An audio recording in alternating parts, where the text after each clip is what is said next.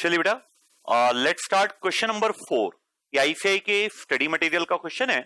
जब जनवरी 19 में नया स्टडी मटेरियल आईसीआई ने रिलीज किया था तो उसमें ये वाला क्वेश्चन उन्होंने रखा था, क्वेश्चन नंबर 4। अब आइए अपने नोट्स का page number 98, page number 98 question number 4। बढ़िया क्वेश्चन है बेटा, ये भी अपने आप में बेस्ट स्ट्रेटेजी का भी है और कुछ चीजें यहाँ पे सही में एक लेवल वाली है। अगर एग्जामिनेशन में क्वेश्चन आता है तो you can expect this question to be 16 to 20 marks. Yes, 16 to 20 marks के आसपास का क्वेश्चन आएगा। बहुत स्लो चलेंगे, कोई जल्दबाजी नहीं है। एक एक चीज मैं आपको एक्सप्लेन करूंगा, थोड़ा सा कॉन्फ्रंटेशन इस पर्टिकुलर क्वेश्चन में आपका ज्यादा चाहिए मुझे। स्टार्ट करता हूं बेटा, question number 4 page number 98। Start करूं, देखिए, product X, Y and Z in division X, Y and Z respectively। वो कंपनी का नाम है बी लिमिटेड, इनके 3 डिपार्टमेंट है और जो डिपार्टमेंट के नाम है वही उनके प्रोडक्ट के नाम है। The following information if available. Direct material per unit दिया है, ब्रैकेट में एक बहुत बहुत इंपॉर्टेंट चीज दिया है, एक्सक्लूडिंग मटेरियल एक्स। जो कौन बनाता है मटेरियल एक्स? डिपार्टमेंट एक्स बनाता है। डिपार्टमेंट एक्स के आउटपुट का नाम है प्रोडक्ट एक्स।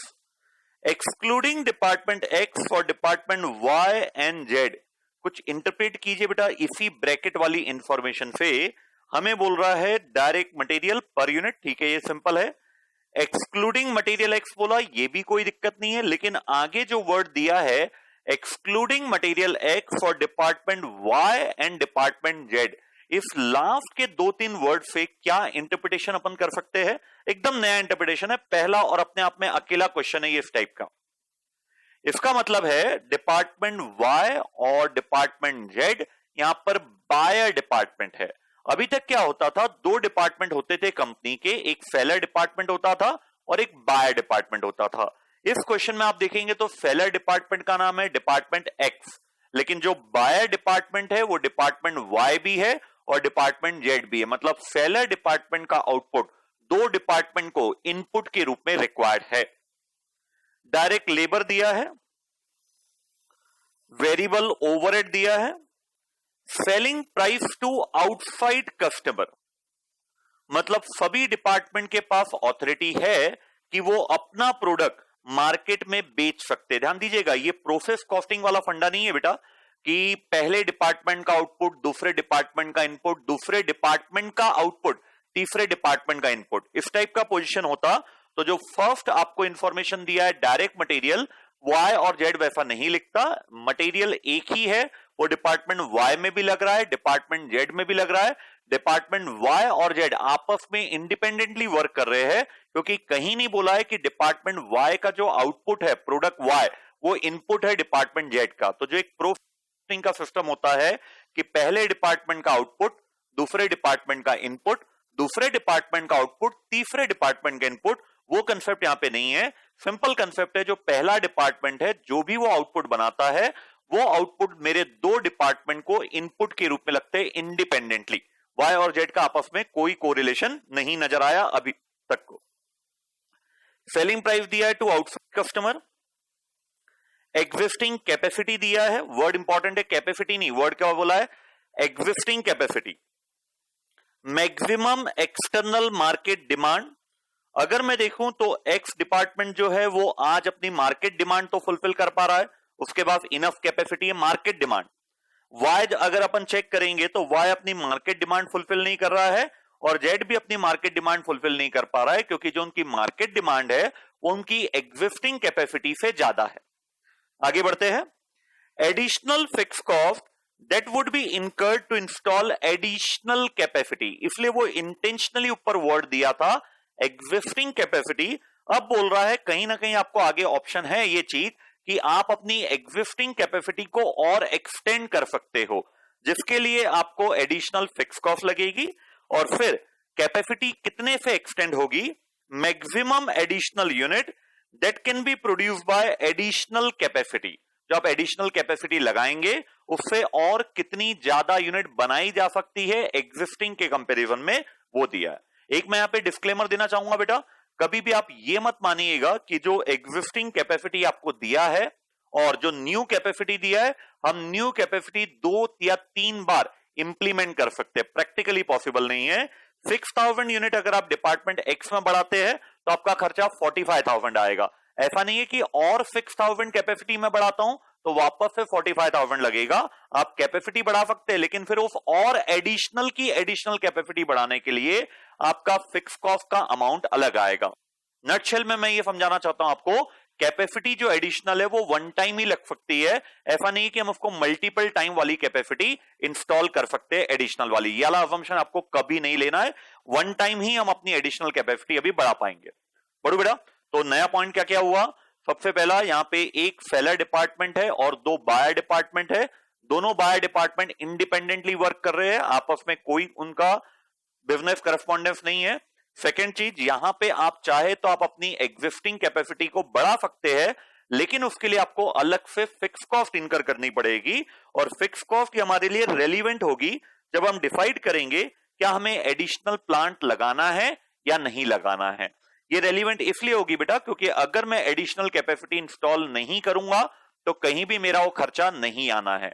एडिशनल कैपेसिटी लगेगी तभी जाके ये वाला खर्चा मेरा इनकट होगा। बढ़ूं आगे, चलिए आगे। Y and Z need material X as their input। नहीं भी बोलता तो ऊपर से बहुत क्लैरिटी थी, बस एक और बार देने से और कॉन्फिडेंस आ जाता है पढ़ने में कि जो अपन ने इंटरप्रिटेशन किया है वो बिल्कुल प्रॉपर है। Material X is available in the market at 23 per unit। तो डिपार्टमेंट Y और डिपार्टमेंट Z चाहे तो ये प्रोडक्ट मार्केट से भी परचेज कर सकते हैं 23 रुपी पर यूनिट में। Defectives can be return to supplier at their cost. अगर जो भी गुड्स आपने खरीदा है उस पर कहीं डिफेक्टिव आता है तो सप्लायर की जवाबदारी है वो हमारे ऑर्गेनाइजेशन से उसको पिकअप करेगा। Department X that is seller department supplies the material free from defect and hence is able to sell at 25 per unit. अच्छा पॉइंट दिया है, मार्केट में वही मटेरियल एक्स 23 रुपी में रेडीली अवेलेबल है, लेकिन जो मेरा डिपार्टमेंट एक्स है वो अपना प्रोडक्ट जो मटेरियल एक्स है मार्केट प्राइस 23 चल रही है, फिर भी ये 25 में इसलिए बेच पा रहा है क्योंकि इसके प्रोडक्ट में डिफेक्ट फ्री रहता है। मतलब कोई भी डिफेक्टिव नहीं पाया जाता, क्वालिटी के नाम से जाना जाता है। तो जो एक्स्ट्रा 2 रुपये ये चार्ज कर रहा है अपने कस्टमर से, एक्सटर्नल कस्टमर से, इसी बात के चार्ज कर रहा है। Each unit of Y and Z require 1 unit of X as input with slight modification. यहां तक तो मैं बोलूंगा कुछ भी इंपॉर्टेंट नहीं है, ये नहीं भी बोलता तो हम रेशियो 1:1 मानते, लेकिन आगे बड़ा इंपॉर्टेंट पॉइंट है, डायरेक्टली ये बंदे उसको अपने इनपुट के रूप में यूज नहीं कर पाएंगे, इनको उस इनपुट को मॉडिफाई करना पड़ेगा। जब भी मटेरियल एक्स की बात होती है तो उसको पहले हमें थोड़ा सा मॉडिफाई करना होता है, तब जाके हम उसको यूज कर पाएंगे, है ना। चलिए बढ़ते अपन आगे। If Y purchase from outside at 23 per unit, अगर डिपार्टमेंट Y जो बायर डिपार्टमेंट नंबर 1 है अगर वो मार्केट से परचेज करता है तो 23, जो चीज ऑलरेडी उसने एक्सप्लेन कर दिया था। अब आगे क्या बोल रहा है, apart from paying rupee 23 to the supplier, department Y that is buyer department 1 has to incur rupee 3 per unit as modification and inspection cost.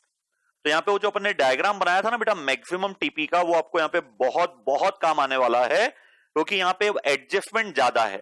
तो ये जो 3 रुपए है ये अगर मैं मार्केट से बाय करूं तो मेरा इनकम होगा। नाउ द क्वेश्चन इज, अगर मैं इंटरनली बाय करता हूं तो क्या? If buyer department Y purchase from seller department, it has to incur in addition to the transfer price rupee 2 per unit to modify it. 2 रुपए modification के लगेंगे। बहुत अगर आप माइन्यूट जाना चाहते हो, हालांकि क्वेश्चन में उसका कोई फर्क नहीं पड़ेगा, तो कम पैसे क्यों लग रहे हैं उसके पीछे रीजन है बेटा। यहाँ पे जो 3 रुपये आपका इनकर्ड हो रहा है ये मॉडिफिकेशन के लिए और इंस्पेक्शन के लिए कंबाइंड है, क्योंकि जब आप मार्केट से परचेस करते हो तो कोई गारंटी नहीं है कि आपको क्वालिटी इनपुट मिले, तो आपको इंस्पेक्शन करना पड़ता है अपने सेटिस्फेक्शन के लिए। लेकिन डिपार्टमेंट एक्स अपने क्वालिटी प्रोडक्ट के लिए जाना जाता है तो आप वहां पे इंस्पेक्शन नहीं कर रहे, सिर्फ आपके जो 2 रुपए लग रहे हैं वो मॉडिफिकेशन के लिए लग रहे हैं। तो मैं वापस बोल रहा हूं, इतना डिटेल में कोई मतलब नहीं था, सिर्फ आपको ध्यान रखना है बाजार से अगर परचेज करते हैं तो सप्लायर को पेमेंट करने के अलावा हमारे 3 रुपए लगते हैं, और यही चीज अगर हम इंटरनली परचेज करते हैं तो हमारे 2 रुपये लगते हैं। आगे बढ़ते हैं अपन। इफ डिपार्टमेंट जेड मतलब buy department number 2 gets the material from department X, मतलब इंटरनल बात कर रहा है, it can use it after incurring a modification cost of ₹1 per unit. तो अगर इंटरनली बाय करेगा तो जो सेलर डिपार्टमेंट को तो इसको पेमेंट करना ही करना है, साथ में ₹1 इसको मॉडिफिकेशन के भी इनकर करने पड़ेंगे। If buyer department 2, that is Z, buy material X from outside, it has to either inspect and modify at its own shop floor at ₹5 per unit. लेकिन अगर यही डिपार्टमेंट बायर डिपार्टमेंट मार्केट से purchase करता है तो इधर बोला है, मतलब अब उसके पास दो ऑप्शन है, या तो वो इंस्पेक्ट और मॉडिफाई कराए अपने खुद के डिपार्टमेंट में ₹5 लगा के, या डिपार्टमेंट एक्स के पास जो आइडल लेबर आवर है उसको ये आउटसोर्स कर दे ₹3 में। तो डेफिनेटली डिपार्टमेंट जेड अगर मार्केट से परचेस करेगा तो वो ऑप्शन चूज करेगा वो मॉडिफिकेशन के लिए जो उसको लोएस्ट कॉस्ट प्रोवाइड करेगा। तो डेफिनेटली यहां पे वो अपने खुद के शॉप पे उसको इंस्पेक्ट नहीं करना चाहेगा, वो डिपार्टमेंट एक्स को आउटसोर्स कर देगा जहां पे उसको ₹3 लग रहे हैं। Seller department will lend its idle labor as per Jet's requirement even if Jet purchase the material from outside। मतलब सेलर डिपार्टमेंट को कोई प्रॉब्लम नहीं है, अगर आप हमसे परचेस करते हो तो भी ठीक है, नहीं परचेस करते हो तो भी हम आपके लिए मॉडिफिकेशन और इंस्पेक्शन कर सकते हैं, सेलर डिपार्टमेंट रेडी है। The transfer price are at the discretion of divisional manager and will remain confidential. Transfer price divisional manager के डिस्क्रिशन में, मतलब उन्हें डिसाइड करना है क्या उन्हें इंटरनली बेचना है या नहीं बेचना है, या उन्हें इंटरनली परचेस करना है या नहीं करना है, और एक जो ट्रांसफर प्राइस रहेगी वो दूसरे डिपार्टमेंट को पता नहीं लगेगी, कॉन्फिडेंशियल रहेगी। Assuming no restriction on quantity of inter divisional transfer of purchase, मतलब जरूरी नहीं है कि आपको सेल करना है तो पूरी क्वांटिटी ही सेल करना पड़ेगा, ट्रांसफर करना पड़ेगा बायर डिपार्टमेंट को। इसी प्रकार से बायर डिपार्टमेंट को भी कोई रिस्ट्रिक्शन नहीं है कि उसे पूरी क्वांटिटी सेलर डिपार्टमेंट से ही परचेस करना पड़ेगा। कॉम्बिनेशन हो सकता है, कुछ इंटरनल हो रहा है और कुछ एक्सटर्नल सेल या बाय भी आपका हो रहा है। डिस्कस करना है with relevant figures the best strategy for each division and for the company as a whole. Again जो रिक्वायरमेंट पार्ट है वो यहाँ पे बेस्ट स्ट्रेटेजी वर्ड इंडिकेट करता है, मतलब वैरायटी नंबर 3 है अंडर डिसीजन मेकिंग। क्वेश्चन चालू करने से पहले फिर जैसा हर बार किया जाता है, पहले अब आपको मौका देता हूं, आपको क्वेश्चन सॉल्व नहीं करना है, क्वेश्चन सॉल्व नहीं करना है बेटा। 3 मिनट दे रहा हूं मैं आपको, वापस से क्वेश्चन को एक बार आप रीड आउट कीजिए, क्योंकि एक बार क्वेश्चन दिमाग में जाएगा तो फिर अपन जब सॉल्यूशन स्टार्ट करेंगे तो बार बार आपको क्वेश्चन को रेफर नहीं करना पड़ेगा, आपके माइंड में वो चीज रिटेन रहेगी। 3 मिनट्स दे रहा हूं, आप एक बार अपने लेवल पर रीड आउट कीजिए, सॉल्व बिल्कुल नहीं करना है बेटा अभी आप।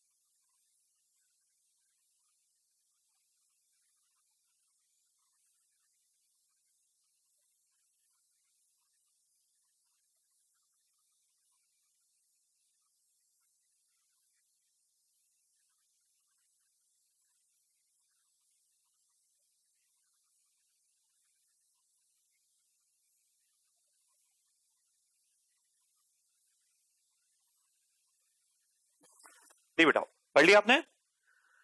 अब आइए, इसमें क्या स्पेशल पॉइंट है, अब अपन इसको स्टार्ट करते हैं। आपको बेस्ट स्ट्रेटेजी बताना है, न सिर्फ सेलर डिपार्टमेंट के लिए बल्कि बायर डिपार्टमेंट के लिए, क्योंकि उसने वर्ड बोला है फॉर ईच डिवीजन। तो सेलर डिपार्टमेंट के लिए भी आपको बेस्ट स्ट्रेटेजी बताना है, बायर डिपार्टमेंट के लिए भी आपको बेस्ट स्ट्रेटेजी बताना है। तो यहां पे बेस्ट स्ट्रेटेजी का मतलब है, अगर मैं बायर डिपार्टमेंट की बात करूं, बायर डिपार्टमेंट की अगर बात करें तो हमें अपना इनपुट कहां से परचेस करना है? क्या हमें इंटरनली बाय करना है या हमें एक्सटर्नल मार्केट से बाय करना है? ये बायर डिपार्टमेंट के लिए बेस्ट स्ट्रेटेजी का मतलब ये है।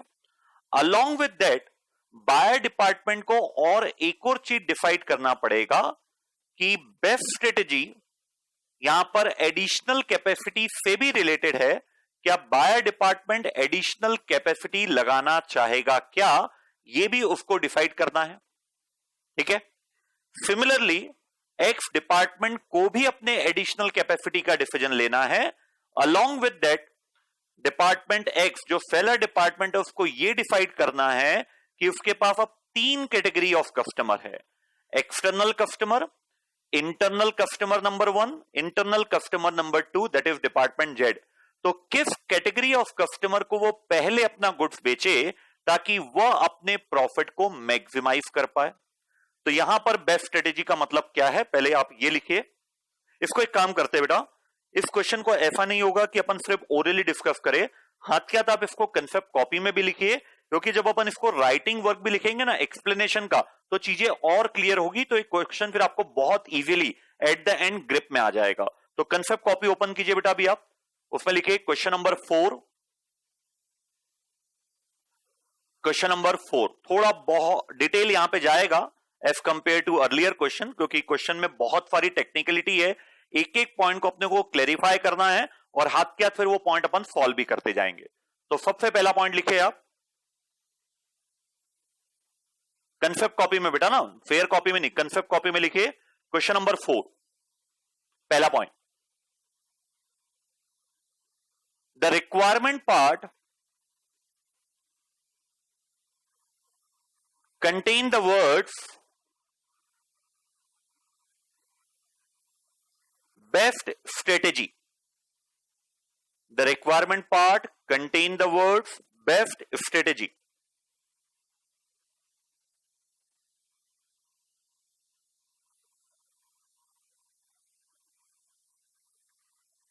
Comma, inverted comma लिख दिया बेटा, best strategy, comma, which indicates that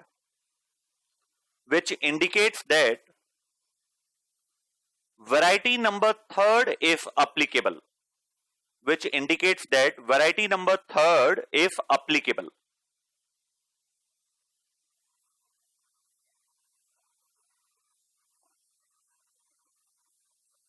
इसी में नेक्स्ट लाइन में लिखे, अब आप इसी पॉइंट यही चलने दीजिए बेटा ना, इसी में नेक्स्ट लाइन में best strategy for seller department, best strategy for seller department, इसमें डैश करके लिखिए बेटा, ये हेडिंग होगी आपकी best strategy for seller department, dash करके लिखिए। Along with the decision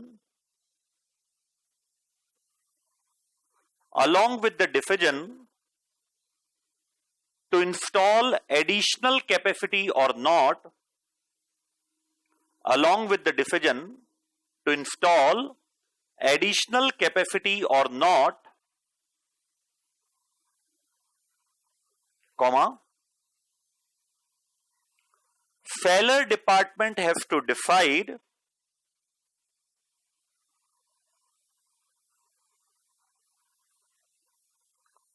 the priority of sale. The seller department has to decide the priority of sale among the 3 categories of customer.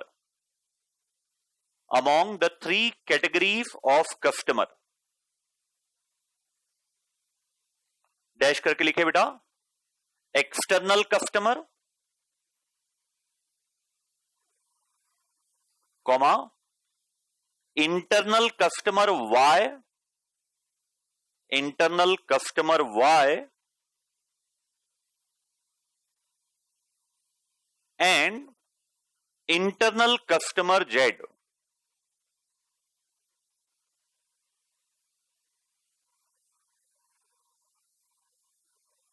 फिर आप लिखे बेटा आप नेक्स्ट लाइन में best strategy for buyer department, point वही चल रहा है, पहला पॉइंट ही है ना, best strategy for buyer department, next line में हेडिंग दीजिए।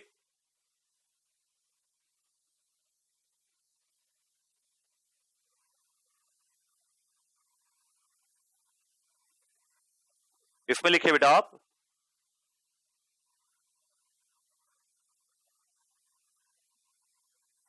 along with the division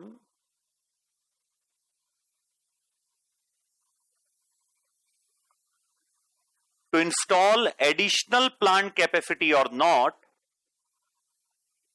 along with the division to install additional plant capacity or not, comma,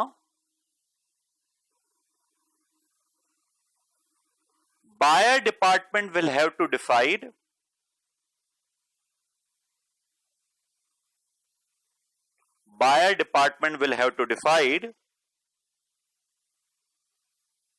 the procurement source of raw material X. The procurement source, S-O-U-R-C-E, the procurement source of raw material X.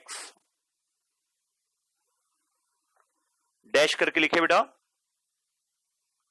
Internal seller और external seller,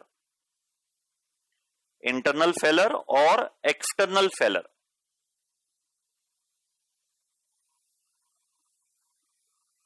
अब एक बड़ा important question लिखिए आप, second point, पहला point आपका complete हुआ, अब सेकेंड पॉइंट लिखिए आप, एक दो लाइन ड्रॉप कीजिएगा बेटा ना, थोड़ा स्पेसियस रखिएगा ताकि बाद में आपको पढ़ने में इंटरेस्ट आए इस कंसेप्ट को। सेकेंड पॉइंट लिखिए अब आप, who will decide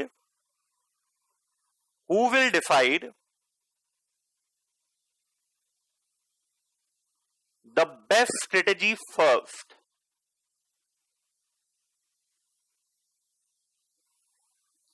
Who will decide the best strategy first? Dash seller department और बायर डिपार्टमेंट। ये बहुत इंपॉर्टेंट क्वेश्चन मार्क है, क्वेश्चन मार्क लगा दीजिएगा बेटा आप लास्ट में, बहुत इंपॉर्टेंट क्वेश्चन है ये कि बेस्ट स्ट्रेटेजी आपको सेलर डिपार्टमेंट के लिए भी निकालना है, बायर डिपार्टमेंट के लिए भी निकालना है। तो एज अ मैनेजमेंट अकाउंटेंट मैं पहले किसकी बेस्ट स्ट्रेटेजी डिसाइड करूं, सेलर डिपार्टमेंट की या बायर डिपार्टमेंट की, और इंपॉर्टेंटली चॉइस नहीं है, चॉइस बिल्कुल भी नहीं है। या तो पहले बेस्ट स्ट्रेटेजी आप सेलर डिपार्टमेंट की ही कैलकुलेट करेंगे और उसके बाद बायर डिपार्टमेंट की, या पहले बायर डिपार्टमेंट की बेस्ट स्ट्रेटेजी सिलेक्ट करेंगे उसके बाद आप सेलर डिपार्टमेंट की स्ट्रेटेजी सिलेक्ट करेंगे। तो चॉइस नहीं है बेटा, इसलिए क्वेश्चन बड़ा इंपॉर्टेंट है, क्योंकि अगर ये प्रॉपरली डील नहीं हुआ तो आपका क्वेश्चन आगे ही नहीं बढ़ेगा। तो ये क्वेश्चन बहुत इंपॉर्टेंट है कि बेस्ट स्ट्रेटेजी पहले हम किसकी डिसाइड करें, सेलर डिपार्टमेंट की या बायर डिपार्टमेंट की, क्योंकि इस क्वेश्चन में आपके पास चॉइस नहीं है। तो मैं आपको समय देता हूं 1 मिनट का करीबन, या 1 से 2 मिनट का, आप अपने लेवल पर एक बार सोचिए विथ लॉजिक। ये इंपॉर्टेंट है बेटा ना, तुक्का नहीं मारना है कि हमें किसकी बेस्ट स्ट्रेटेजी पहले सोचना है। आप बेस्ट स्ट्रेटेजी किसकी पहले निकालेंगे, सेलर डिपार्टमेंट की या बायर डिपार्टमेंट की, फिर आप और मैं इसको डिस्कस करते हैं। लॉजिक भी चाहिए बेटा, जब आप सोचेंगे कि हम इसकी पहले बेस्ट स्ट्रेटेजी निकालेंगे तो उसका लॉजिक भी मुझे चाहिए कि आपने जो प्रेफरेंस रखा है कि पहले इसकी बेस्ट स्ट्रेटेजी निकालेंगे फिर हम दूसरे डिपार्टमेंट की बेस्ट स्ट्रेटेजी निकालेंगे, ऐसा क्यों। मैं समझ देता हूं आपको, 1 से 2 मिनट का सोचिए, क्योंकि आपके बिना इमेजिनेशन के मेरे द्वारा कराना थोड़ा इनजस्टिस होगा। तो सोचिए बेटा, 1 से 2 मिनट है आपके पास।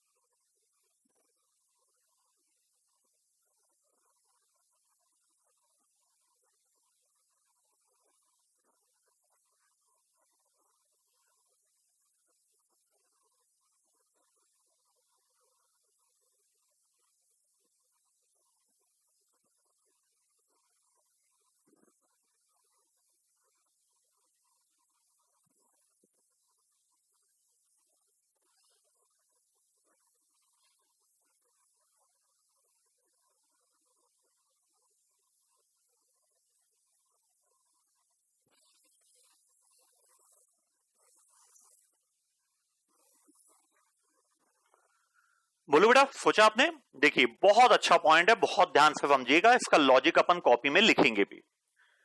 Right from the very first day जो मैंने सबसे पहला कंसेप्ट क्वेश्चन आपको कराया था, उसमें भी ये वाला पॉइंट मैंने डिस्कस किया था कि बायर डिपार्टमेंट की कौन सी डिटेल सेलर डिपार्टमेंट के काम की है।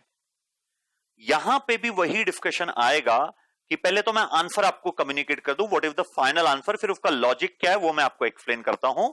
सबसे पहले हम बायर डिपार्टमेंट की बेस्ट स्ट्रेटेजी निकालेंगे। उसमें आप वाई की पहले निकाल सकते हो, जेड की पहले निकाल सकते हो, डजंट मेक अ डिफरेंस। हम कैटेगरी की बात करेंगे तो पहले हम बायर डिपार्टमेंट की बेस्ट स्ट्रेटेजी निकालेंगे। जब दोनों बायर डिपार्टमेंट की बेस्ट स्ट्रेटेजी निकल जाएगी तब जाके हम सेलर डिपार्टमेंट की बेस्ट स्ट्रेटेजी निकालेंगे। रीजन बहुत सिंपल है बेटा, जरा ध्यान से सुनिएगा क्यों। पहले मैं उसको थ्योरेटिकली बोल देता हूं, फिर मैं आपको न्यूमेरिकली उसको एक्सप्लेन करने की कोशिश करता हूं। हमने वेरी फर्स्ट डे जब कंसेप्ट क्वेश्चन नंबर 1 किया था उसमें बात पड़ी थी कि जब तक बायर डिपार्टमेंट अपनी इनपुट रिक्वायरमेंट कम्युनिकेट नहीं करेगा, जब तक बायर डिपार्टमेंट अपनी इनपुट रिक्वायरमेंट कम्युनिकेट नहीं करेगा, सेलर डिपार्टमेंट डिसीजन ले ही नहीं पाएगा कि जो यूनिट उसे सप्लाई करना है उन पर अपॉर्चुनिटी कॉस्ट क्रिएट होगी या नहीं होगी। आई रिपीट, आप मेरे साथ रिपीट करिएगा बेटा, जब मन में है ना, बहुत जरूरी है आपके द्वारा बोलना वो चीजों को जो बहुत इंपॉर्टेंट है।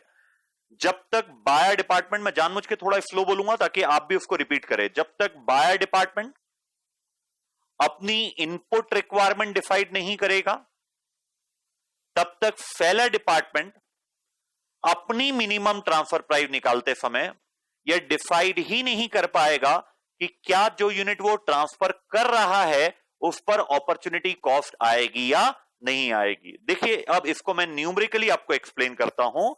अगर बायर डिपार्टमेंट, बहुत एक्सट्रीम चलते अपन, अगर दोनों बायर डिपार्टमेंट ने डिसीजन लिया कि यार हमें तो एडिशनल कैपेसिटी नहीं लगानी है, तो फिर उनकी डिमांड 3000 और 3000 टोटल 6000 यूनिट्स की वो डिमांड करेंगे डिपार्टमेंट एक्स से। ठीक है बेटा, तो demand from the buyer department will be 6000। लेकिन अगर इन दोनों में से कोई एक डिपार्टमेंट कैपेसिटी लगाना चाहेगा, इन दोनों डिपार्टमेंट में से, बायर डिपार्टमेंट में से कोई एक एडिशनल प्लांट कैपेसिटी लगाना चाहेगा, तो उन दोनों की कंबाइंड डिमांड 6000 से ज्यादा हो जाएगी। दोनों ही डिपार्टमेंट अगर एडिशनल कैपेसिटी लगाना चाहते हैं तब भी जो उनकी कंबाइंड डिमांड है वो 6000 से ज्यादा होगी। जब तक दोनों बायर डिपार्टमेंट कम्युनिकेट नहीं करेंगे कि हमारी रिक्वायरमेंट कितनी है, तब तक सेलर डिपार्टमेंट इस क्वेश्चन में यह डिसाइड नहीं कर पाएगा कि उसे एडिशनल प्लांट कैपेसिटी इंस्टॉल करना है या नहीं करना है, क्योंकि बिना एडिशनल प्लांट कैपेसिटी से वो अपनी मार्केट डिमांड तो पूरी फुलफिल कर पा रहा है। उसकी कैपेसिटी 6000 है जबकि मार्केट डिमांड 5000 है, लेकिन इंटरनल डिमांड कितनी है जब तक उसको ये नहीं पता लगेगा तब तक वो एडिशनल कैपेसिटी का अपना डिसीजन नहीं ले पाएगा, है ना। तो लिखिए बेटा इसमें आप जो आपने सेकंड क्वेश्चन लिखा है, बहुत इंपॉर्टेंट पॉइंट था ये कि किसकी बेस्ट स्ट्रेटेजी हम पहले डिसाइड करेंगे, बायर डिपार्टमेंट्स की या सेलर डिपार्टमेंट की। लिखिए बेटा आंसर इसमें, कंसेप्ट कॉपी में कंटिन्यू कीजिए। Point number 2, first of all buyer department will decide their best strategy. First of all, buyer departments will decide their best strategy, and thereafter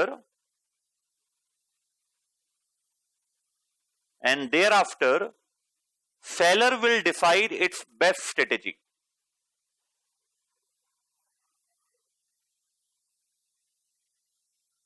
And seller will decide its best strategy.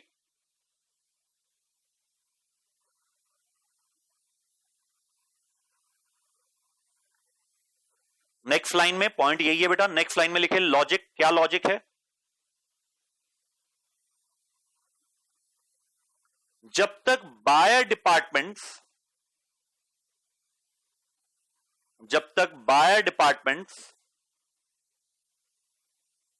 अपनी input requirement communicate नहीं करेंगे, जब तक buyer department अपनी input requirement communicate नहीं करेंगे, तब तक सेलर डिपार्टमेंट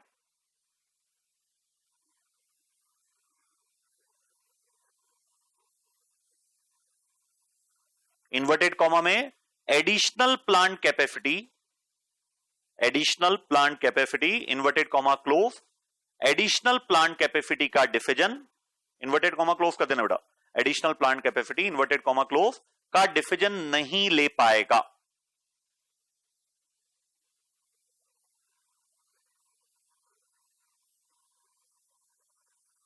ओके बेटा, अब थर्ड पॉइंट लिखे, इसमें भी मैं एक क्वेश्चन आपको दे रहा हूं, पहले अब आप उसको डिसाइड कीजिए।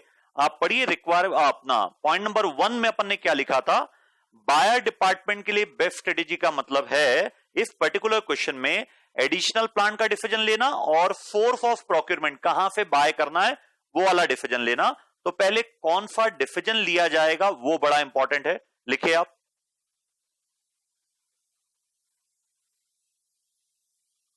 थर्ड पॉइंट लिखे हुए,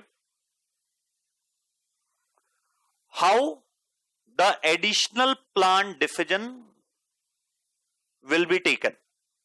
पहले नॉर्मल लिख देते, फिर एक क्वेश्चन नंबर 4 मैं आपको पूछूंगा, लिखेंगे भी उसको कॉपी में और फिर अपन उसको सॉल्व करेंगे। क्या लिखा आपने, how the additional plant decision will be taken, dash करके लिखे, by comparing the additional fix cost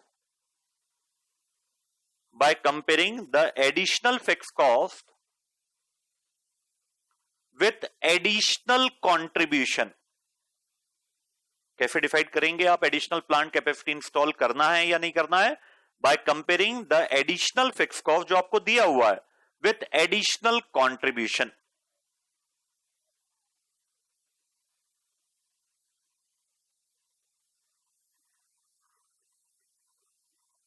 clear है बेटा, चलिए अब फोर्थ पॉइंट लिखे आप, ये बड़ा इंपॉर्टेंट क्वेश्चन है।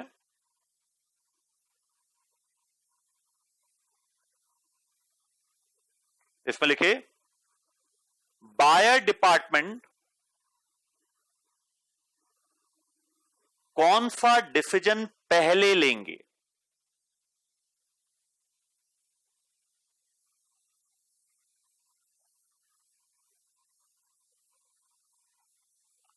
बायर डिपार्टमेंट, अब बायर डिपार्टमेंट आपने ये बोल दिया बायर डिपार्टमेंट अपनी बेस्ट स्ट्रेटेजी डिसाइड करेगा, तो अब वहां पे भी दो डिसीजन है तो उनका भी सीक्वेंस डिसाइड करना पड़ेगा।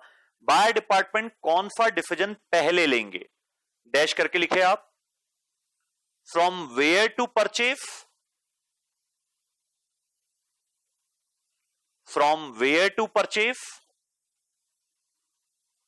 और additional plant capacity decision, from where to purchase और एडिशनल प्लांट कैपेसिटी डिसीजन। तो बहुत इंपॉर्टेंट क्वेश्चन है ये, क्योंकि आपको बेस्ट स्ट्रेटेजी में एक डिसीजन नहीं दो डिसीजन लेने हैं। तो अब यहां पे भी बेटा आपके पास चॉइस बिल्कुल भी नहीं है, वाई और जेड को दोनों को इंडिविजुअली दो डिसीजन लेने हैं, एडिशनल प्लांट कैपेसिटी लगाए या ना लगाए, along with the force of raw material procurement. कहां से वो अपना रॉ मटेरियल प्रोक्योर करे, internal department that is department x seller department, या एक्सटर्नल सेलर से कहां से वो प्रोक्योर करे, इन्हें डिसाइड करना है। तो फिर मैं आपको समय देता हूं, यहां पे फिर से आपके पास चॉइस नहीं है कि बायर डिपार्टमेंट जब अपनी बेस्ट स्ट्रेटेजी डिसाइड करेगा तो पहले उसे कौन सा डिसीजन लेना पड़ेगा। अगेन मैं बेटा आपको 1 से 2 मिनट देना चाहूंगा, फिर ही जाके मैं क्वेश्चन आगे बढ़ाऊंगा, है ना। तो आपको 1 से 2 मिनट दे रहा हूं, आप सोचिए कौन सा डिसीजन बायर डिपार्टमेंट पहले लेगा। कोई भी एक डिपार्टमेंट के बारे में सोच लीजिए, वाई का जैसे सोचेंगे 100% वैसा ही जेड का सोचना है। तो एक डिपार्टमेंट लीजिए, आप सोचिए कि वो डिपार्टमेंट बायर डिपार्टमेंट पहले एडिशनल प्लांट कैपेसिटी का डिसीजन लेगा या पहले वो कहां से परचेज करे ये वाला डिसीजन लेगा। अगेन बोल दूं, चॉइस नहीं है उसके पास, पहले उसे वही डिसीजन लेना पड़ेगा, तब जाके वो अपने डिपार्टमेंट के लिए दूसरा डिसीजन ले पाएगा। 1 से 2 मिनट है बेटा आपके पास।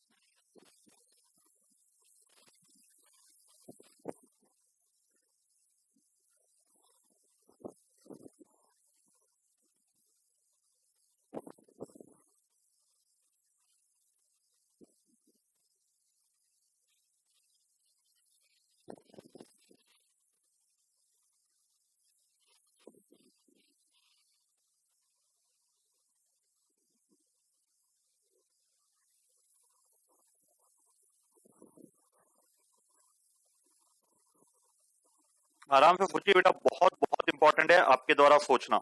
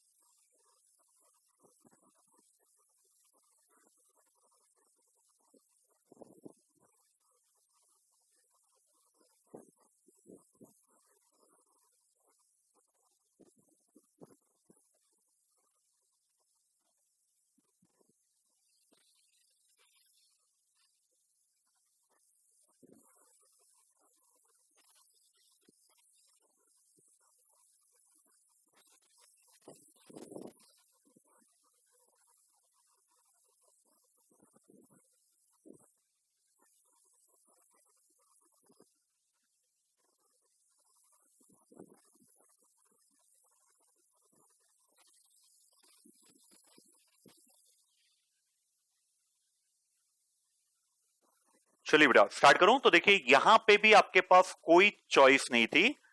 यहां पे सबसे पहले हम डिसाइड करेंगे procurement source of raw material.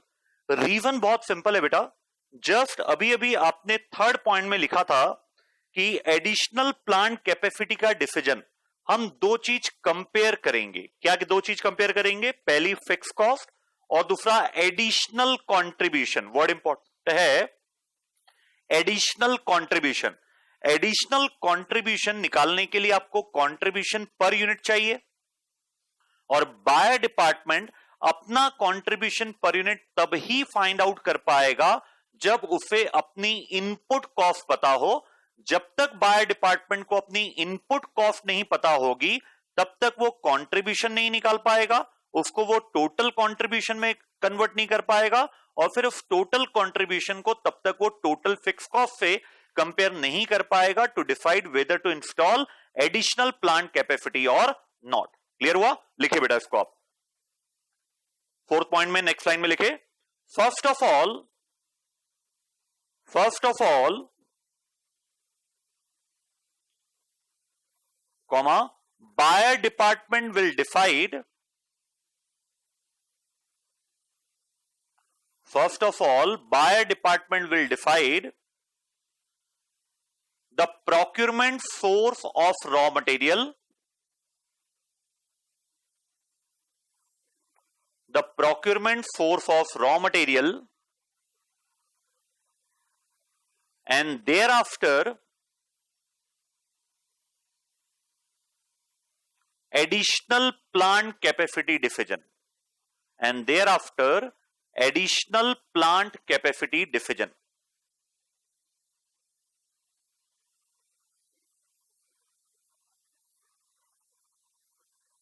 Next line में लिखे लॉजिक। क्या लॉजिक है इसका, क्यों अपन ऐसा बोल रहे हैं? नेक्स्ट लाइन में लिखे बेटा लॉजिक, जब तक इनपुट कॉस्ट नहीं पता होगी, जानबूझ के इंटेंशनली मैं इसको प्योर हिंदी में लिखा रहा हूं ताकि ज्यादा बाद में इसका आपको इंपैक्ट मिले। जब तक इनपुट कॉस्ट नहीं पता चलेगी कॉमा तब तक contribution per unit find out नहीं हो पाएगा। जब तक इनपुट कॉस्ट नहीं पता लगेगी तब तक contribution per unit find out नहीं हो पाएगा।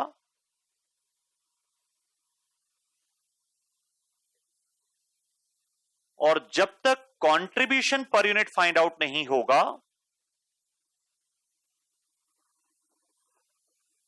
और जब तक contribution per unit find out नहीं होगा कॉमा तब तक टोटल कंट्रीब्यूशन फाइंड आउट नहीं हो पाएगा। जब तक contribution per unit find out नहीं होगा तब तक टोटल कंट्रीब्यूशन फाइंड आउट नहीं होगा।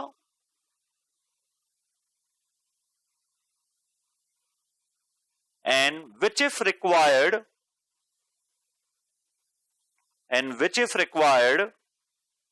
to take additional plant capacity decision।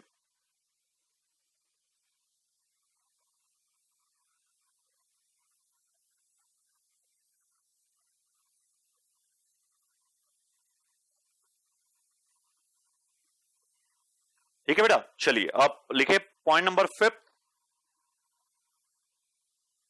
Final transfer price. Final transfer price dash करके लिखे, if not given in the question.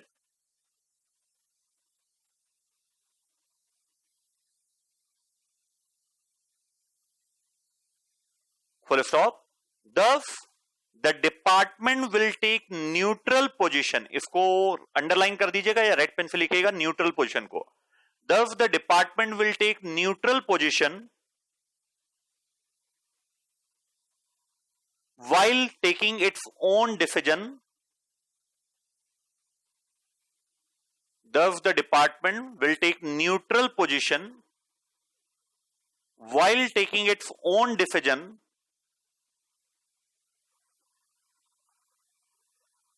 by computing minimum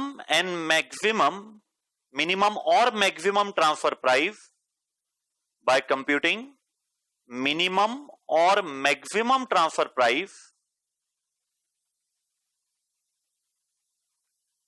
comma as the case may be। Sir ये बात समझ में नहीं आई, क्या बोला आपने? मैंने बोला बेटा फाइनल ट्रांसफर प्राइस यहां पे कहीं भी आपको दिया हुआ नहीं है, तो न तो सेलर डिपार्टमेंट डिसाइड कर पाएगा कि वो पहले उसको बेचे एक्सटर्नल को या पहले वो इंटरनल कस्टमर को बेचे, न ही बायर डिपार्टमेंट ये डिसाइड कर पाएगा क्योंकि मार्केट की प्राइस तो नोन है, आपको इंटरनल प्राइस अभी तक फाइनल नहीं हुआ है। तो हम एक काम करेंगे, फिर सभी डिपार्टमेंट न्यूट्रल पोजीशन लेंगे, मतलब वो अपना डिसीजन इस प्रकार से लेंगे ताकि अगर कभी डिपार्टमेंट ने मना भी कर दिया कि हम तुम्हें ये गुड्स नहीं बेचेंगे या हम तुमसे गुड्स परचेस नहीं भी करेंगे, तब भी उस डिपार्टमेंट के द्वारा जो डिसीजन लिया गया है उस डिसीजन में कोई इंपैक्ट ना आए, क्योंकि हम मिनिमम ट्रांसफर प्राइस में बोलते हैं no additional profit no additional loss. अगर इस प्राइस पर प्रोजेक्ट सक्सेसफुल है तो इससे ज्यादा पे तो 100% बेनिफिट होगा। हम मैक्सिमम ट्रांसफर प्राइस को बोलते हैं no additional profit no additional loss. तो अगर इस प्राइस पर हमें बायर डिपार्टमेंट सेलर डिपार्टमेंट हम ले सकते हैं तो इससे कम जो भी प्राइस होगी वो तो हमारे प्रॉफिट को और भी डेफिनेटली आगे बढ़ाएंगे। तो एक काम करें बेटा, जितने पॉइंट अभी तक अपन ने पांचों पॉइंट लिखा है इसको बहुत अच्छे से मतलब सिर्फ रीड आउट नहीं करना है, बहुत अच्छे से एक बार आप इसको पढ़िए, फिर फॉर्मली अब अपन क्वेश्चन स्टार्ट करते हैं, क्योंकि जो मेन कंसेप्चुअल पार्ट था वो अपन ने समझा भी है और आज क्या कंसेप्ट कॉपी में भी लिख लिया। अब उसी जो अपन ने कंसेप्ट कॉपी में लिखा है अब उसको न्यूमेरिकली कैसे एक्सप्रेस करना है एग्जामिनेशन में, वो अब अपने को सीखना है रिमेनिंग टाइम में। तो फिर से समय देता हूं मैं आपको 3 से 4 मिनट का, पूरा टाइम यूटिलाइज कीजिए बेटा और बहुत इफेक्टिवली तरीके से यूटिलाइज कीजिए, ताकि जब अपन न्यूमेरिकल क्वेश्चन स्टार्ट करें तो फिर कहीं भी आपको प्रॉब्लम ना आए कि हमने ये वाला पार्ट पहले क्यों सॉल्व किया, ये क्यों फाइंड आउट कर रहे हैं, फिर ये वाला डाउट नहीं आना चाहिए, है ना। तो समय देता हूं बेटा 3 से 4 मिनट का, अपने लेवल पर एक बार बहुत अच्छे से पढ़िए।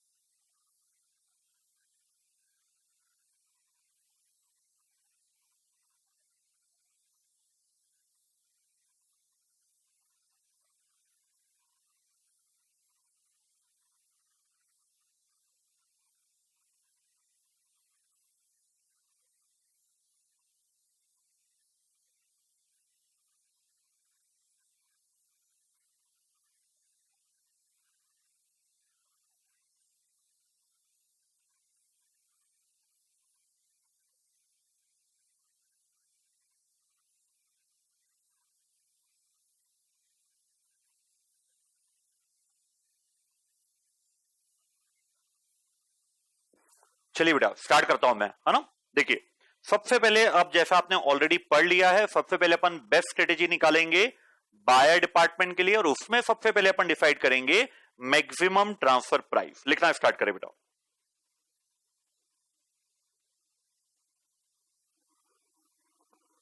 बेस्ट स्ट्रेटेजी फॉर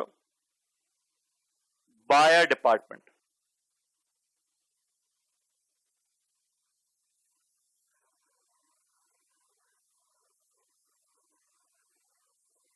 इसमें सबसे पहले आप इसमें कोई भी सीक्वेंस ले सकते हैं, कोई दिक्कत नहीं है। मैं सबसे पहले ले रहा हूं डिपार्टमेंट वाई।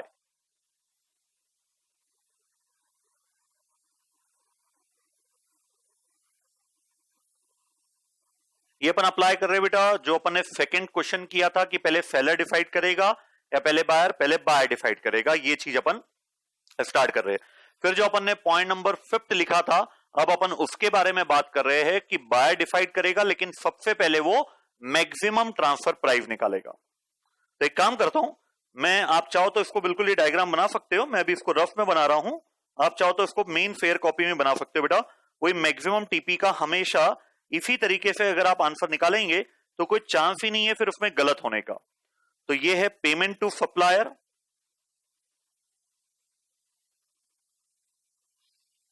फिर है incidental cost,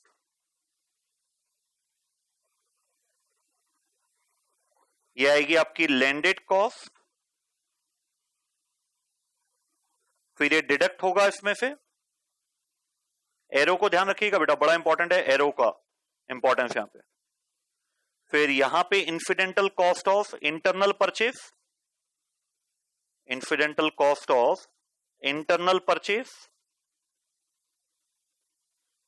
and maximum TP, यहां पे आपका बैलेंसिंग फिगर में आएगा। अब आप आइए क्वेश्चन जहां पे आपका लास्ट सेकंड या थर्ड पैरा है डिपार्टमेंट वाई से रिलेटेड, आप देखिए यहां से आपको इंफॉर्मेशन पता लगेगी मैक्सिमम टीपी की। तो अगर डिपार्टमेंट वाई बाजार से परचेस करेगा तो उसको ये गुड्स 23 रुपए में आएगा, और उसको 3 रुपए इनकर्ड करने पड़ेंगे टुवर्ड्स मॉडिफिकेशन एंड इंस्पेक्शन। तो अगर मैं इस डायग्राम में फिलअप करूं, आप चाहे तो बिल्कुल स्ट्रांगली रिकमेंडेड है बेटा, ये डायग्राम आप बिल्कुल बना सकते हैं।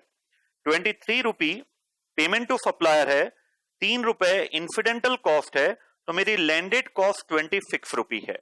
मैक्सिमम टीपी तभी वो कहलाएगा जब लैंडेड कॉस्ट दोनों ही सिचुएशन में सेम हो, चाहे हम इंटरनली बाय करें चाहे हम एक्सटर्नली बाय करें, दोनों ही सिचुएशन में landed cost must remain same. अब अपने आप से क्वेश्चन पूछिए कि अगर डिपार्टमेंट वाई इंटरनली परचेस करता है तो apart from paying to supplier क्या कोई एक्स्ट्रा कॉस्ट है? And the answer will be yes. 2 रुपए उसको पर यूनिट का मॉडिफिकेशन कॉस्ट भी लगेगा। तो 26 रुपी लैंडेड कॉस्ट आनी चाहिए, जिसमें से उसको पता है जो भी पेमेंट करे वो इंटरनल सेलर को, उसके अलावा 2 रुपए और लगेंगे, तो 26 रुपी में से वो 2 रुपी डिडक्ट कर देगा। तो the maximum transfer price will be ₹24 through balancing figure. बढ़ू बेटा आगे, चलिए बना लिया आपने ये। अब लिखते अपन इसी को फॉर्मली कैसे लिखा जाएगा। पहला point, computation of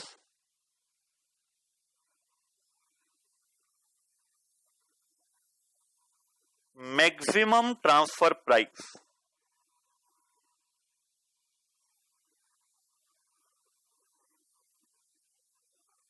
external purchase cost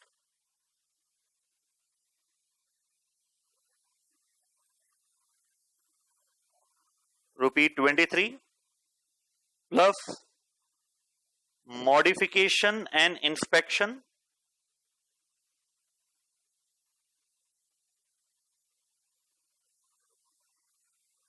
₹3। 26 रुपी को बोला जाएगा लैंडेड कॉस्ट लेस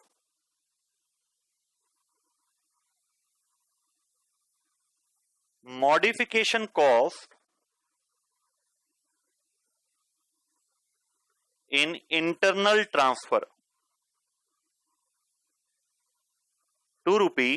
तो ज्यादा से ज्यादा ये 24 रुपी मैक्सिमम ट्रांसफर प्राइस के रूप में दे पाएगा।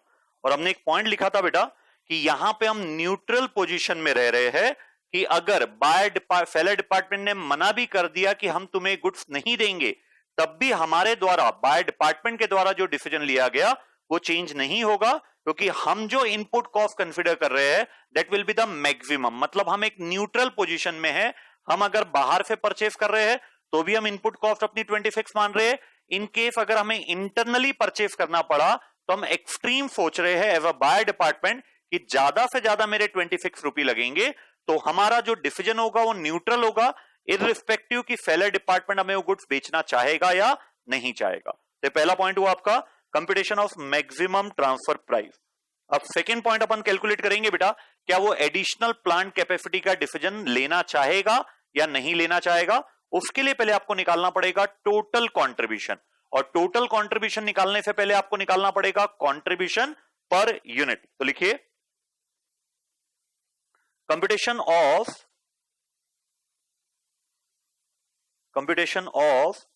Contribution per unit.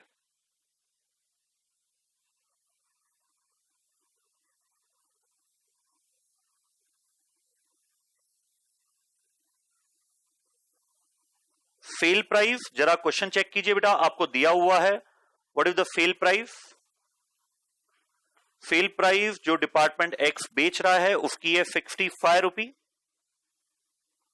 Less variable cost, सबसे पहले रॉ मटेरियल एक्स। अब ध्यान दीजिएगा, ये बड़ा इंपॉर्टेंट है बेटा ना, ज्यादा से ज्यादा आप 24 रुपी देंगे, प्लस प्लस ये बहुत इंपॉर्टेंट, मतलब यहां पे गलती होने के चांसेस बहुत ज्यादा है। आप 24 रुपी तो कंसिडर कर लेंगे, 2 रुपी भी आपको कंसिडर करना पड़ेगा, क्योंकि जब आप रॉ मटेरियल एक्स परचेस करेंगे तो वो एज इट इज यूज नहीं होगा, उसको मॉडिफाई करना पड़ेगा इनपुट के रूप में यूज करने के लिए। तो जो आपकी इनपुट कॉस्ट आएगी वो आएगी 26 रुपी। मैं इसलिए बोल रहा हूं ये 26 रुपी अगर आप एक्सटर्नली बाय करते तो भी आपका 26 रुपी ही आंसर आता। रीजन बहुत सिंपल है, फिर मार्केट में आप 23 रुपी देते और मॉडिफिकेशन और इंस्पेक्शन के आपके 3 रुपी लगते, लेकिन इनपुट कॉस्ट तो अभी भी 26 आ रही है। इसलिए वो पॉइंट हमने वर्ड सिलेक्टिवली यूज किया है, न्यूट्रल पोजीशन पे हम काम कर रहे हैं यहां पे। फिर अदर वेरिएबल कॉस्ट लिख दीजिए। अदर वेरिएबल कॉस्ट में आपको क्वेश्चन में सब कुछ दिया हुआ है बेटा, 22 रुपी, 6 रुपी एंड 2 रुपी, मिला आपको 22 रुपी का material other than material x, 6 रुपी की लेबर कॉस्ट और 2 रुपी का वेरिएबल ओवरहेड। टोटल लगाइए 30 रुपी। तो this will be your contribution per unit. निकालिए 65 minus 26 minus 30, so you will earn a minimum of 9 rupee. Minimum क्यों बोल रहा हूं मैं यहां पे, क्योंकि अगर सेलर डिपार्टमेंट एग्री हो गया एनी प्राइस बिलो 24, तो जो भी बेनिफिट होगा वो हमारे कंट्रीब्यूशन को और बढ़ाएगा ही, कम नहीं करेगा। So this is my minimum contribution. और डिसीजन लेते समय हमेशा आप एक एक्सट्रीम पोजीशन कंसीडर करते कि इनकम को आप हमेशा कम से कम कंसीडर करते ताकि डिसीजन कभी भी आपका गलत ना हो। नाउ अब लिखे आप decision of additional plant capacity. Decision of additional plant capacity.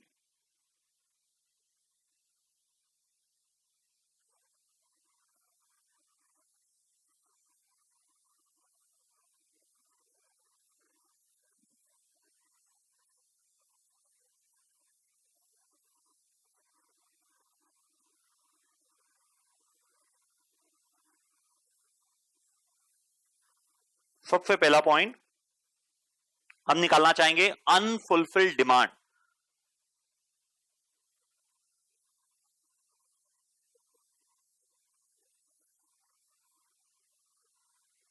Unfulfilled demand के लिए आज हमारा मार्केट डिमांड कितनी है भाई?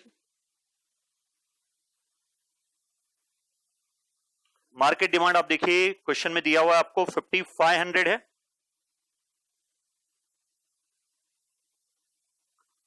एग्जिस्टिंग कैपेसिटी आपकी कितनी है?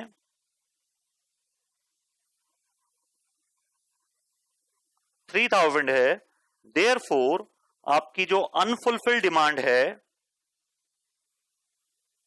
वो है 2500 यूनिट आप मार्केट में नहीं बेच पा रहे हो due to want of capacity.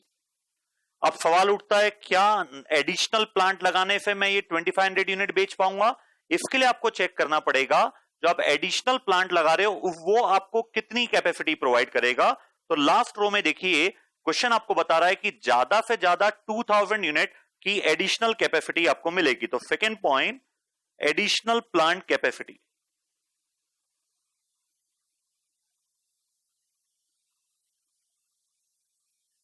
तो इसका मतलब अगर मैं एडिशनल प्लांट लगा भी लेता हूं तो भी मैं 2500 में से सिर्फ 2000 यूनिट पर ही एडिशनल कंट्रीब्यूशन कमा पाऊंगा क्योंकि उससे ज्यादा कैपेसिटी मेरे पास एडिशनल प्लांट में भी नहीं आना है।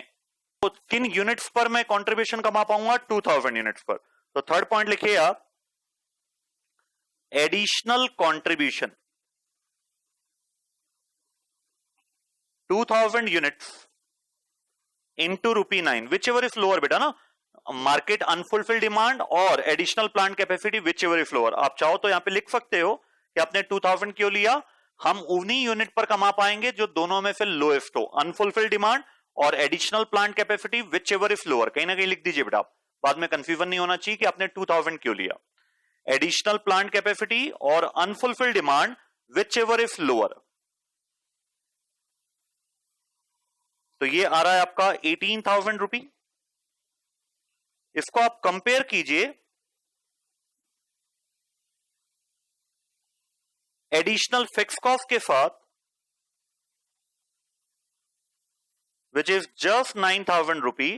इसका मतलब department Y will definitely install the additional capacity because additional capacity install करने से न सिर्फ वो अपनी एडिशनल फिक्स कॉस्ट रिकवर कर पा रहा है बल्कि एडिशनल कंट्रीब्यूशन के रूप में वो प्रॉफिट भी जनरेट कर पाएगा। तो अब लिख दीजिए बेटा decision finally, since the additional contribution is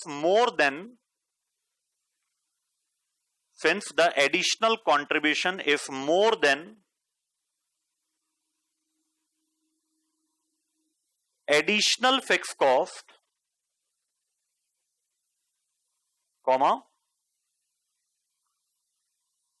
therefore department Y will install the additional capacity. Therefore department Y will install the additional capacity. चलिए बेटा अब आपके पास मौका है और मैं आपको बोल रहा हूं मैं ये डिपार्टमेंट वाई का मैंने कराया, डिपार्टमेंट जेड का फ्रिप और फ्रिप में आपको आंसर टैली कराऊंगा बेटा, फेयर कॉपी में मैं नहीं कराने वाला हूं। तो प्लीज आपसे रिक्वेस्ट है कि जो अभी मैं आपको टाइम दे रहा हूं पूरे 5 मिनट का 100% सेम फॉर्मेट है। डिपार्टमेंट जेड के लिए भी पहले आपको मैक्सिमम टीपी निकालना पड़ेगा। मैक्सिमम टीपी का मैं आपको आंसर बता दूं, यहां पे आपका मैक्सिमम टीपी आएगा 25 रुपी आना। डिपार्टमेंट जेड का अगर आप निकालेंगे तो the maximum TP will be 25। ये वर्किंग आपको करना है, फिर आपको ये निकालना है कि एक यूनिट से वह कितने रुपए कमाएगा। तो द आंसर मैं आपको जरूर कम्युनिकेट कर देता हूं, 40 + 8 + 2 + 26 - 90। तो यहां पे आंसर आएगा बेटा आपका। फिर जब आप देखेंगे कि उसकी अनफुलफिल्ड डिमांड कितनी, जानबूझ के मैं अलग कलर पे लिख रहा हूं, यहां पे 2000 यूनिट्स आएगा जबकि यहां, तो इस प्रकार से वह भी एडिशनल प्लांट का डिसीजन लेना चाहेगा क्योंकि उसका एडिशनल कंट्रीब्यूशन 28,000 है और जबकि एडिशनल फिक्स कॉस्ट सिर्फ 23,100 है। तो मौका है बेटा आपके पास पूरे 5 मिनट्स का, 5 मिनट में जल्दी से आप मुझे अपनी फेयर कॉपी में डिपार्टमेंट जेड के लिए पूरा एक एक वर्किंग करके दे। मेरी आपसे रिक्वेस्ट है, मैं दोबारा एक और बार टैली करा दूंगा लेकिन कॉपी में आपको ही करना है। मैं इस क्वेश्चन का जो अब नेक्स्ट पार्ट है डिपार्टमेंट जेड से रिलेटेड वो मैं आपकी रिस्पॉन्सिबिलिटी मान रहा हूं बेटा ना। चलिए 5 मिनट स्टार्ट होते हैं आपके, अब अच्छे से करिए, गलत होने का कोई चांस ही नहीं है, इवन 0.01% भी चांस नहीं, क्योंकि सेम फॉर्मेट आपको कट कॉपी पेस्ट करना है। फिर अपन लास्ट में बढ़ेंगे डिपार्टमेंट एक्स जो सेलर डिपार्टमेंट है उसके लिए बेस्ट स्ट्रेटेजी क्या रहेगी। ठीक है बेटा, चलिए करिए एक बार ट्राई।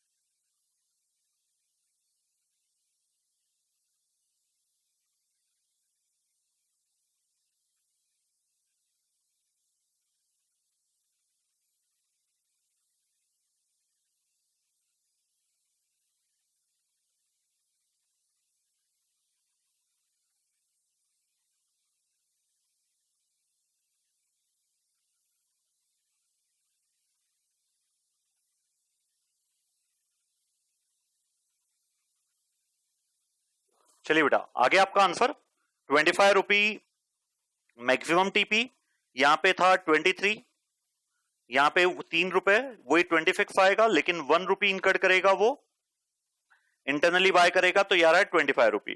फिर यहां पे आ रहा है 90 रुपी, फिर यहां पे 25 प्लस 1 रुपी अगेन 26, और यहां पे अदर कॉस्ट आ रही है उसकी 48 और 2 50 रुपी कॉस्ट आ रही है, तो फिर 14 रुपी वो कॉन्ट्रीब्यूशन पर यूनिट कमाएगा। अनफुलफिल्ड डिमांड 2000 है, रीजन ये है 5000 की मार्केट डिमांड में से वो आज 3000 यूनिट फुलफिल कर पा रहा है। 2000 की अनफुलफिल्ड डिमांड है, जबकि प्लांट कैपेसिटी 2250 है, which ever is lower for 2000 into 14 28,000, जबकि एडिशनल फिक्स कॉस्ट जो उसकी लग रही है वो 23,100। मतलब ये डिपार्टमेंट भी डिसाइड करेगा कि मुझे एडिशनल प्लांट कैपेसिटी लगाना है। बड़ू बेटा उम्मीद है सभी बच्चों का आ गया होगा, मुझे 1% भी डाउट नहीं है इसमें कि किसी का भी गलत हुआ होगा। चलिए बढ़ते हैं अपन ने अब बेस्ट स्ट्रेटेजी डिसाइड कर दिया बायर डिपार्टमेंट के लिए। Now it's the time for best strategy for seller department. Best strategy for seller department.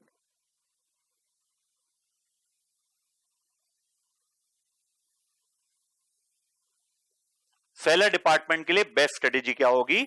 जब भी हम सेलर डिपार्टमेंट की बात करते हैं बेस्ट स्ट्रेटेजी क्या होगी, तो आप हमेशा याद रखिएगा कि सामने वाला अब कम से कम चाहेगा कि उसको मिनिमम ट्रांसफर प्राइस तो मिले ही मिले। तो सबसे पहले अपन इसमें डिसाइड करते हैं, पहला पॉइंट टोटल डिमांड। मेरी टोटल डिमांड कितनी है? अगर मैं एक्सटर्नल की बात करूं तो 5000 यूनिट्स की डिमांड है।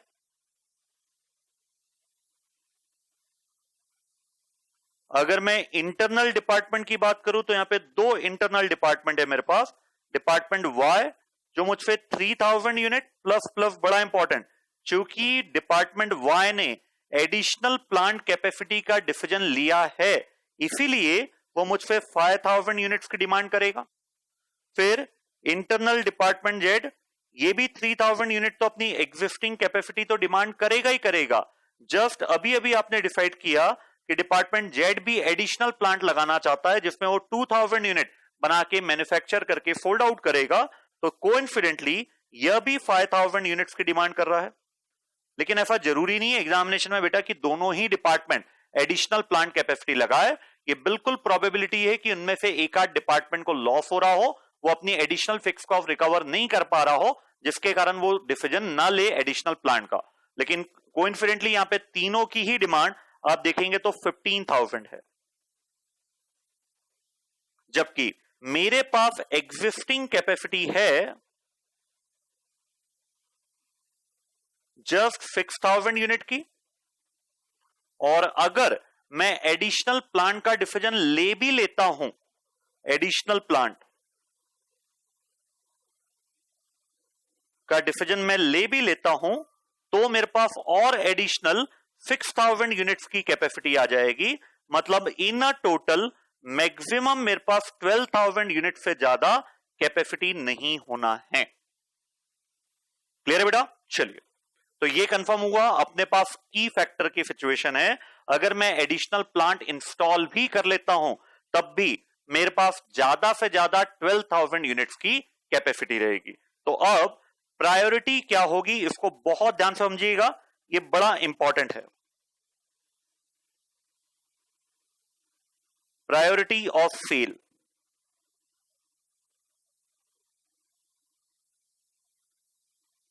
सबसे फर्स्ट प्रायोरिटी मेरी होगी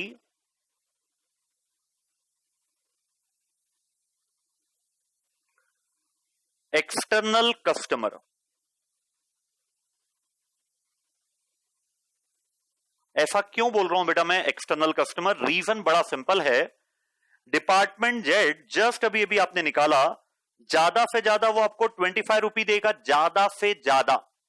डिपार्टमेंट वाई ज्यादा से ज्यादा आपको 24 रुपी देगा। मतलब अभी कंफर्म नहीं है कि मुझे 24 या 25 रुपये डिपार्टमेंट देंगे या नहीं देंगे, क्योंकि ये तो उनके लिए मैक्सिमम ट्रांसफर प्राइस है। ठीक है, जबकि मार्केट में मुझे कंफर्म है, जरा वो स्टेटमेंट देखिए कि मुझे मार्केट कितने रुपए देगा, 25 रुपी। तो वहां पे फर्मनेस है कि मुझे 25 रुपए मिनिमम और मैक्सिमम दोनों ही मिलेंगे, मतलब कम से कम भी और ज्यादा से ज्यादा 25 रुपए मिलेंगे। तो जहां गारंटी है 25 रुपए की, वो मेरी फर्स्ट प्रायोरिटी है।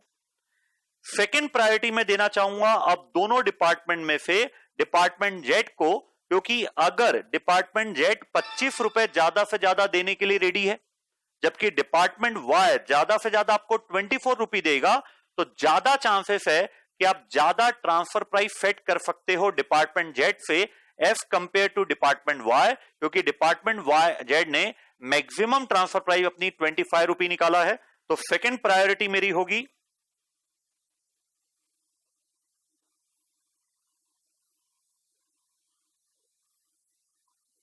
Department Z, and third priority मेरी होगी डिपार्टमेंट वाई। इसका लॉजिक लिख लीजिए बेटा, क्योंकि बाद में आप फिर ये भूल जाएंगे।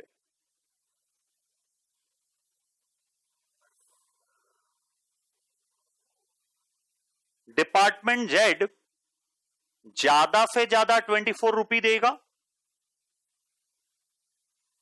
नहीं डिपार्टमेंट जेड नहीं, सॉरी, डिपार्टमेंट वाई ज्यादा से ज्यादा 24 रुपए देगा, while department Z will provide a maximum of 25 rupees.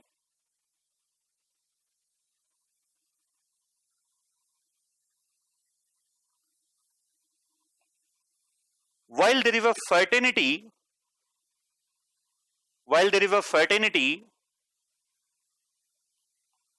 that external customer will provide you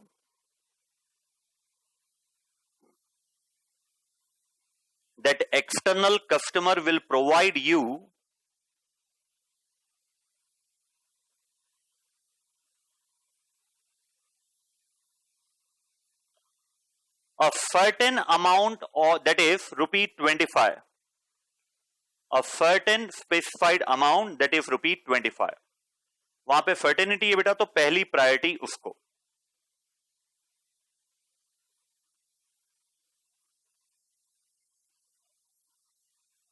अब लिखिए आप fourth point, allocation.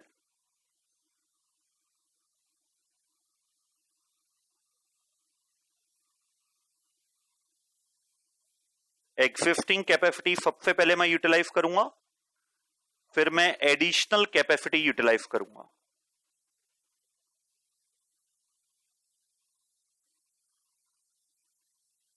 External, department Y and department Z. External मेरे पास ज्यादा से ज्यादा, सॉरी एक्सटर्नली एग्जिस्टिंग मेरे पास ज्यादा से ज्यादा 6000 यूनिट की कैपेसिटी है और एडिशनल 6000 यूनिट है। तो सबसे पहले हमने डिसाइड किया हम एक्सटर्नल को देंगे। जरा चेक कीजिए एक्सटर्नल कस्टमर की डिमांड कितनी है, 5000 यूनिट है, तो मैंने इसको दे दिया मैक्सिमम 1। कितनी कैपेसिटी बची, 1000। 1000 मुझे किसको देना है, सेकंड प्रायोरिटी है डिपार्टमेंट जेड की, तो 1000 मैंने इसको दिया। मैक्सिमम 2, कुछ भी नहीं मिल पाएगा डिपार्टमेंट वाई को क्योंकि आपकी कैपेसिटी ओवर हो चुकी है। अब अगर मैं एडिशनल कैपेसिटी की बात करूं तो डिपार्टमेंट वाई ने मुझसे 5000 यूनिट्स की डिमांड किया है, जिसमें से ऑलरेडी मैंने अपनी एग्जिस्टिंग आइडल कैपेसिटी को यूटिलाइज करके उसको 1000 यूनिट सप्लाई कर दिया हूं। तो उसकी और कितनी डिमांड बाकी है, 4000 यूनिट्स, मैक्सिमम 3, इससे ज्यादा उसको नहीं चाहिए एडिशनली। तो कितनी कैपेसिटी बची है मेरे पास, 2000, जो मैं किसको देना चाहूंगा, डिपार्टमेंट वाई को, और एक्सटर्नल को तो चाहिए ही नहीं, इसलिए मैंने वहां पे नॉट अप्लीकेबल लिख दिया।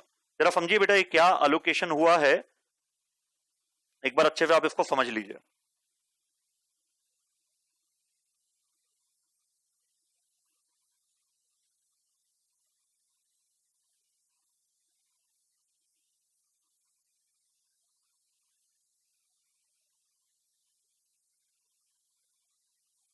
क्लियर हुआ है? तो एग्जिस्टिंग में से जो आइडल है सबसे पहले हम वो डिपार्टमेंट जेड को देंगे, और अगर एडिशनल कैपेसिटी हमें लगाना हो तो एडिशनल कैपेसिटी हम 4000 देना चाहेंगे पहले जेड को, जो उसकी अनफुलफिल्ड डिमांड है, और बची हुई एडिशनल कैपेसिटी की 2000 यूनिट अपन डिपार्टमेंट वाई को दे पाएंगे, लेकिन डिपार्टमेंट वाई की अभी भी आप 3000 यूनिट फुलफिल नहीं कर पाओगे।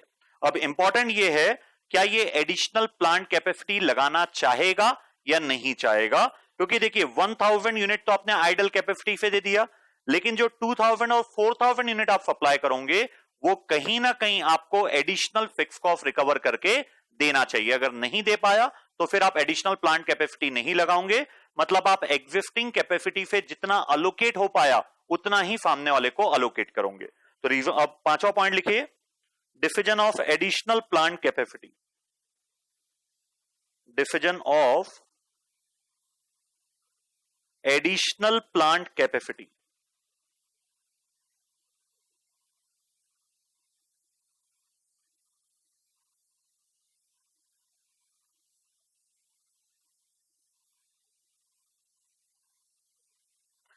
इसमें सबसे पहला पॉइंट है बेटा, एडिशनल कंट्रीब्यूशन हम कितना कमाएंगे।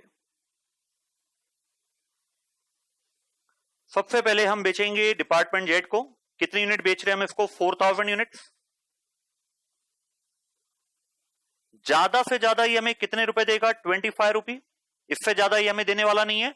जबकि हमारी वेरिएबल कॉस्ट जब आप चेक करेंगे, मैन्युफैक्चरिंग वेरिएबल कॉस्ट, तो ये 14 रुपी आती है। तो ज्यादा से ज्यादा अगर वो हमें 25 देने को रेडी हो गया तो हम 11 रुपए कमाएंगे 4000 यूनिट्स पर, तो 44,000 यूनिट्स का हमें यहां पे कंट्रीब्यूशन होगा। फिर हम डिपार्टमेंट वाई को 2000 यूनिट्स बेचेंगे, ये ज्यादा से ज्यादा हमें 24 रुपी देगा, लेकिन वेरिएबल कॉस्ट तो अभी भी हमारी 24 रुपी ही इनकर्ड होगी। तो 10 इंटू 2000, 20,000 रुपी ये हमें देगा। So in total we are earning a additional contribution of 64,000 as compared to additional fixed cost of rupees just 45,000। तो चूंकि एडिशनल फिक्स कॉस्ट यहां पे आपकी रिकवर हो पा रही है, इसलिए डिपार्टमेंट भी डिसीजन लेगा कि हां उसे एडिशनल प्लांट कैपेसिटी लगाना है। कितने रुपए का डिफरेंस है जरा देखिए, 19,000 रुपी आप अभी भी एडिशनली कमा पाएंगे अगर ये प्लांट डिसीजन आप लेते हैं। तो लिख दीजिए भाई third point, therefore department X would like to install the additional plant capacity. Therefore, Department X would like to install the additional plant capacity। Undoubtedly बेटा बहुत अच्छा लेवल है इस क्वेश्चन का, मैं नहीं बोलूंगा कि बहुत सिंपल क्वेश्चन था। कोशिश मैंने अपनी तरफ से पूरी किया कि मैं आपको बहुत स्लोली ये क्वेश्चन समझाऊं, और जहां जहां पे मुझे लिखा के समझाना आता आपको वो भी अपन ने कंसेप्ट कॉपी में पूरा लिख दिया, ताकि कल जब अपन मिले तो अपने का याला क्वेश्चन ऑलरेडी कंसेप्ट कॉपी में अपना लिखा जा चुका है, तो इस क्वेश्चन में अपना समय बच जाएगा। लेकिन आज के लिए बड़ा इंपॉर्टेंट था कि लिख के अपन समझे। तो अब नाउ इट्स योर टर्न कि नेक्स्ट लेक्चर देखने से पहले एक बार आप इस क्वेश्चन को रफ पेज में अपनी तरफ से 100% पूरा सॉल्व कीजिए। फॉर्मेट से सॉल्व नहीं करेंगे चलेगा, लेकिन सॉल्यूशन पूरा करना है। कंसेप्ट कॉपी आप ओपन रख सकते हो, उसके पॉइंट सोचकर फिर आप इस क्वेश्चन को पूरा गाइड कीजिएगा। एक बार अगर आपने question with in 24 hours next lecture देखने से पहले अगर आपने रिवाइज कर लिया तो मेरे ख्याल से फिर ये क्वेश्चन आपका कंफर्म हो जाएगा। अगर अटेम्प्ट में आता है तो बहुत इजीली आप इसमें स्कोर कर पाएंगे। ठीक है बेटा, चलिए अब दूसरा क्वेश्चन अपन ले भी नहीं सकते, आज टाइम बचता तो भी नहीं लेता, वैसे भी टाइम मेरे ख्याल से लगभग ओवर हो चुका है। तो चलिए बस आज इतना ही रखते हैं। तो आज के आनंद की जय।